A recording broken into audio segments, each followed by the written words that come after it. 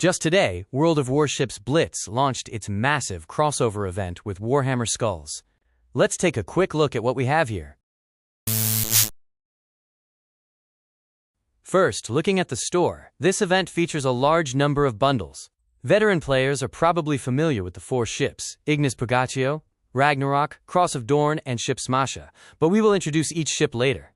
In this event, if you want to get the collaboration ships and exclusive commanders, you can only do so by purchasing bundles or opening crates, and there are no other free ways to obtain these collaboration items. But do not be discouraged, as there are still rewards to claim by logging in every day during the event. On the first day, you can get the Protector of the Faith camouflage for 6 hours. On the second day, you can get a 24-hour rental of the Tier 8 premium battleship ship Smasha.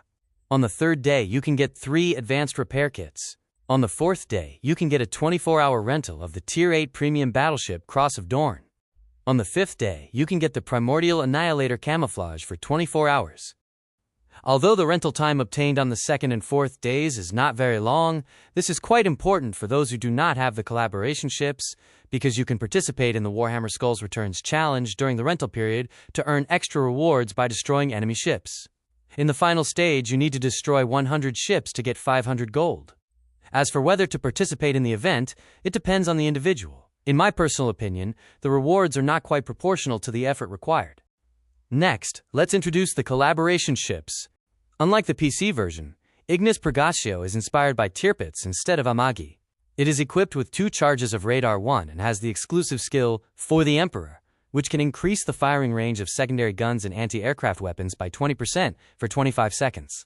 This buff allows its secondary gun range to reach about 8.2 kilometers, and if combined with secondary or auxiliary armament upgrades, the range can be extended even further.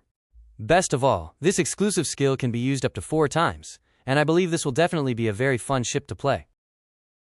Although Ragnarok is inspired by Amagi, I think this ship is more similar to Black Amagi in terms of its role. Regarding skills, both ships have 2 charges of Sonar 1.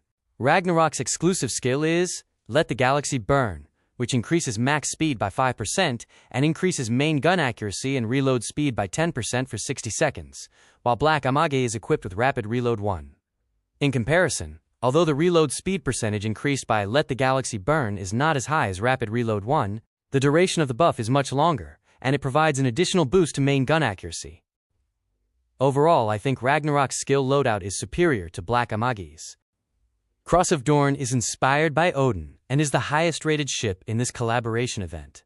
It has the exclusive skill, We Are the Angels of Death, which increases main gun AP shell penetration power by 25% and main gun HE shell damage by 10% for 45 seconds, perfectly compensating for the weakness of its 305mm main guns. At the same time, it also has 2 charges each of Secondary Overload 1 and Air Defense Alert 1. Compared to Ignis Purgatio, although it has a smaller HP pool, it not only has the same outstanding 17.5% citadel protection, but also performs better in maneuverability, torpedo range, and concealment, making Cross of Dorn superior.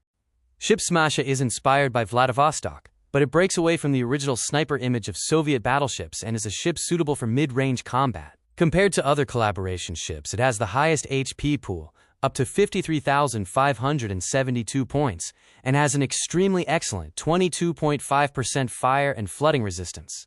Its exclusive skill, Wah, can increase max speed by 13%, main gun reload speed by 23%, and main gun turning speed by 19% for 83 seconds, but it reduces main gun accuracy at the same time. This allows its main guns to aim and fire at mid-range targets much faster.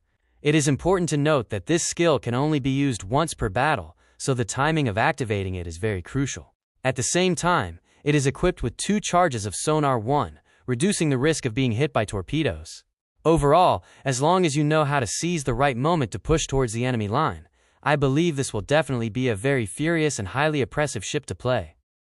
That concludes the quick introduction to this event. Which of the ships above caught your interest the most? Let me know in the comments. I'm UncleSam. If you liked this video, don't forget to subscribe to my channel. I will see you next time.